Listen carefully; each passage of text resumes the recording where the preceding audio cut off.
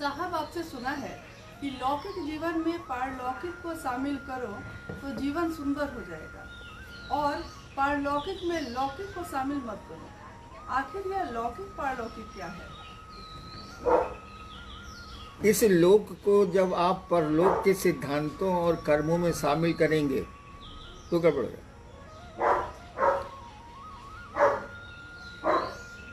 और उस लोक को इसमें शामिल करिए, ये सुंदर है। जैसे धरती पर का कोई काम है, उसमें शिव को शामिल कीजिए, उसमें अपने गुरु को शामिल कीजिए, वो काम सुंदर हो। आपकी थकान कम हो जाएगी, आपकी परेशानी कम हो जाएगी। विज्ञान कहता है कि सूक्ष्म कामों में किया गया या दूसरों की सहायता में किया गया काम में मन थकता नहीं है, शरीर थकता नहीं है, कम थकता है। तो क्या कह रहे थे जी? लौकिक हाँ, तो इस लोक में अगर परलोक को आप शामिल करेंगे, वैसे शामिल है वो, उसको हटा नहीं सकते आप, करेंगे तो आपको दिक्कत होगी। जगत में तरह तरह के भाव हैं, वहां कुछ भाव नहीं चलते, लेकिन वहां के भाव को यहां शामिल करेंगे तो जगत सुंदर हो जाएगा। शिव को जगत में शामिल करिए, जगत बहुत सुंदर हो जाएगा। जगत को शिव में शामिल कीजिएगा तो हर राजनीति चली जाएगी, सब खत्म हो जाएगा। जी, भाई सतीश जी हैं बक्सर बिहार से। क्या जो लोग नमः शिवाय से अपने गुरु शिव को प्रणाम करने का प्रयास करते हैं, उनको महामृत्युंजय जप, पार्थिव शिवलिंग पूजन या रुद्राभिषेक आदि की आवश्यकता पड़ सकती है या नहीं? नमः शिवाय करने वालों को शिव के से संबंधित अन्य पूजा पाठ करने की आवश्यकता पड़ सकती है या नहीं, ये सवाल है ना? जी जी। देखिए, नमः शिवाय शिव का संपूर्ण मंत्र है। नमः शिवाय जो मंत्र है उसका अर्थ शिव को प्रणाम है। शिव के हजारों नाम हैं, वो हजारों नामों को प्रणाम जाता है। एक शिव को प्रणाम करिए तो सबको प्रणाम, हरिनाम को प्रणाम करिए तो सबको प्रणाम जाएगा। मैं ज्वाइंट सेक्रेटरी भी था, मैं ड्राइवर भी हूँ, बहुत काम मैं जानता हूँ। तो वो सारे काम को एक साथ हम ही को प्रणाम कर लिया तो सब काम हो गए। मुझको आप कहें कि मुझको गाड़ी से ले जाके वहाँ पहुँचा दिए, मैं पहुँचा दूंगा, मेरा काम ड्राइवरी करना थोड़ी है। लेकिन हरिनाम से जुड़े हैं तो हमको जो जो आता है वो काम मैं आपको कर दूंगा। तो शिव से जब जुड़िएगा, कहा जाता है नमः शिवाय शिव के समग्र स्वरूप को प्रणाम है। समग्र, उनके जितने स्वरूप हैं, अपने रूप हैं, रूप तो जगत भी है, स्वरूप उनके जितने हैं, महाकाल हैं, मृत्युंजय हैं, गुरेश्वर हैं, महादेव हैं, शिव के समग्र स्वरूप को नमः शिवाय प्रणाम करता है, प्रणाम निवेदित करता है नमः शिवाय।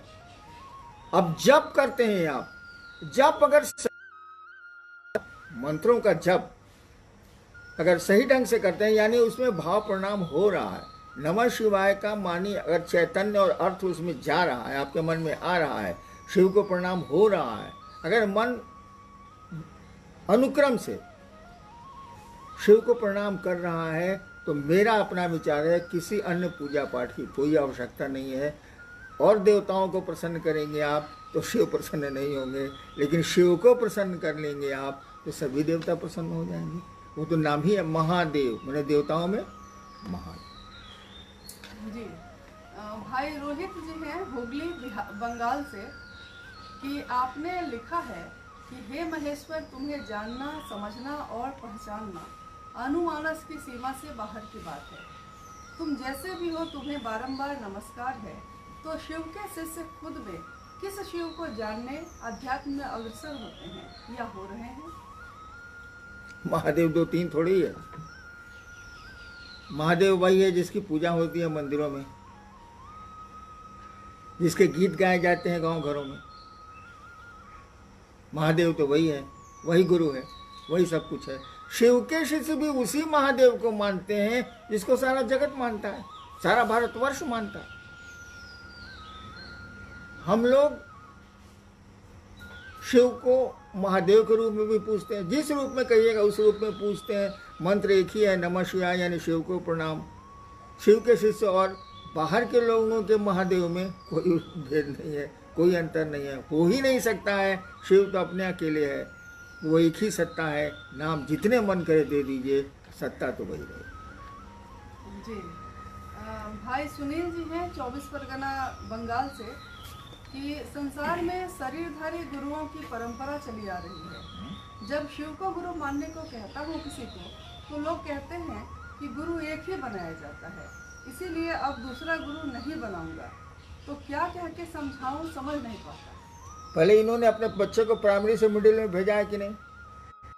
जो सवाल कर रहे हैं कि एक ही गुरु बनाया जाता है, इन्होंने अपने बच्चे को प्राइमरी से मिडिल में भेजा है कि नहीं?